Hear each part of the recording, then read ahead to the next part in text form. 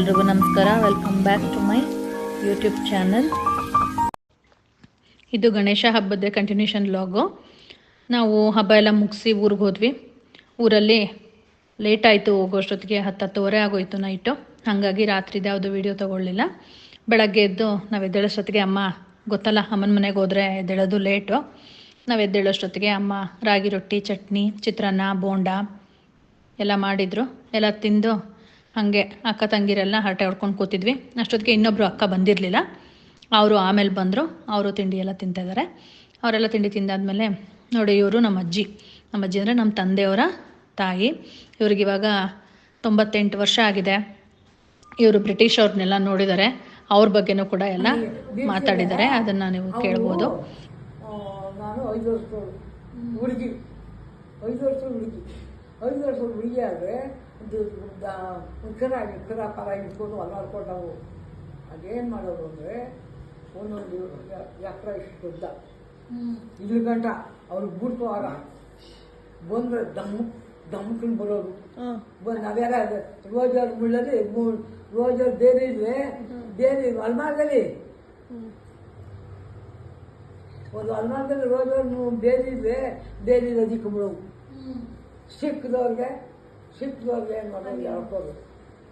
ಅವ್ರನ್ನ ಎಳ್ಕೊಂಡು ಅವ್ರನ್ನ ಹೊಡೆದಾಕ್ಬಿಟ್ಟು ನಾನೊಂದು ಮಕ್ಕಳ ಮೇಲೆ ರೂಪಾಯಿ ಮಾಡ್ಬೋದು. ಅವ್ರಿಗೆ ಮಕ್ಕಳ ಮೇಲೆ ರೂಪಾಯಿ ಹೊಲಿಗೆ ಬೇರೆ ತುರುಕ್ತವ್ರು ಗೆದ್ದರು.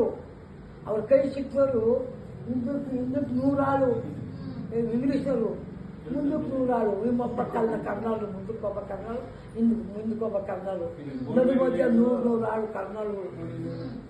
ಆ ಥರ ಈ ಏನವರು ಇತ್ತು.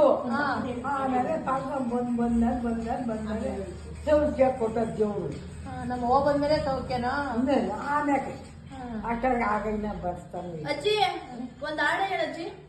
ನಾನೇನು ಆಡಾಳ ಪದ ಹೇಳು. ರೋಡ್ ಮೇಲೆ ಕಲ್ತಿದ್ದೆ ನಾವು.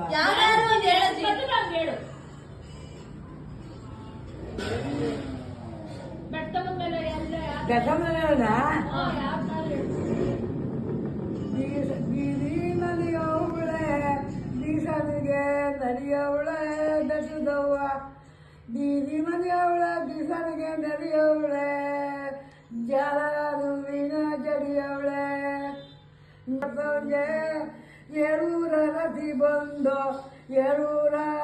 ಬಂದು ಬೆಟ್ಟದವನಿಗೆ 3 ಲೋಕದ ಚಿತ್ತರ ಬಂದು 3 ಲೋಕದ ಬೆಳೆಗೊನೆ ಬಂದು ಬೆಟ್ಟದವನಿಗೆ 3 ಲೋಕದ ಚಿಕ್ಕಳು ಬಂದು.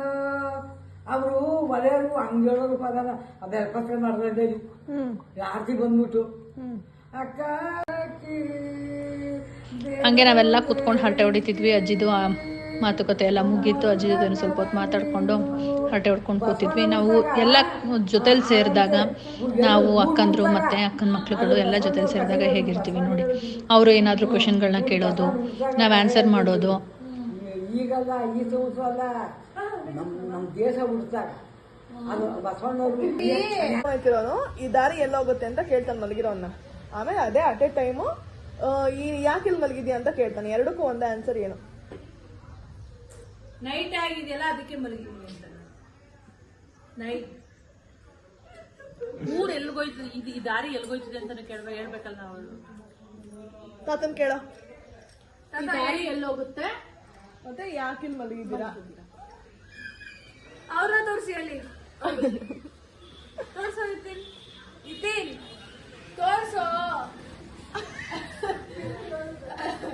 Ambika answer please.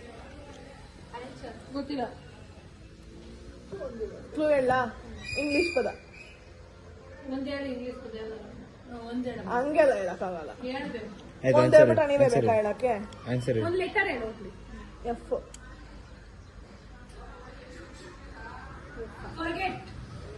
ಫರ್ಗೆಟ್ ಮಾಡ್ಬಿಡಿ. ಫಾರೆಸ್ಟ್